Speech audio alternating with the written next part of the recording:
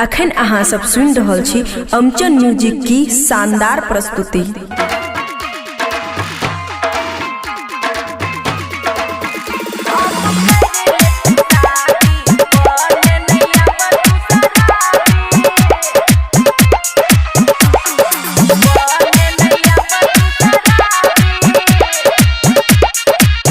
खुशी recording studio बलुआहा।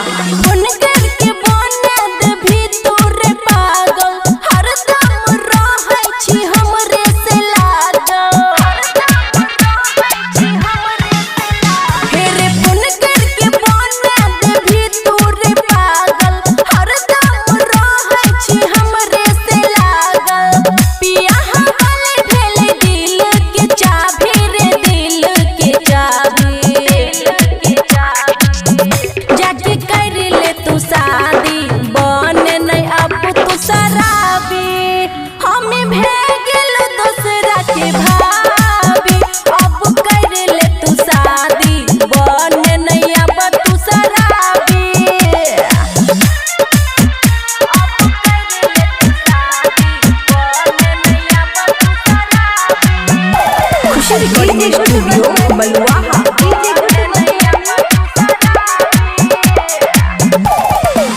शादीशुदा भए गेलिए करे नै तंग रे, रिहै कुमार तबे छुए रही अंग रे।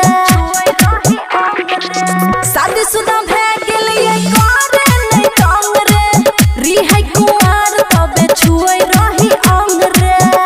खाली कर दही एक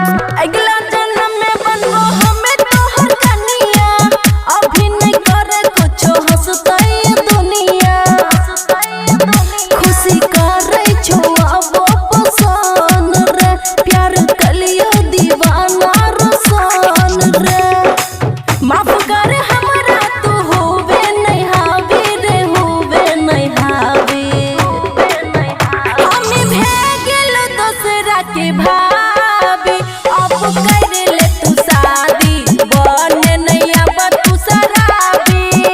हम भेगल दूसरा के भाभी अब कर ले तू शादी, बने नहीं अब तू शराबी।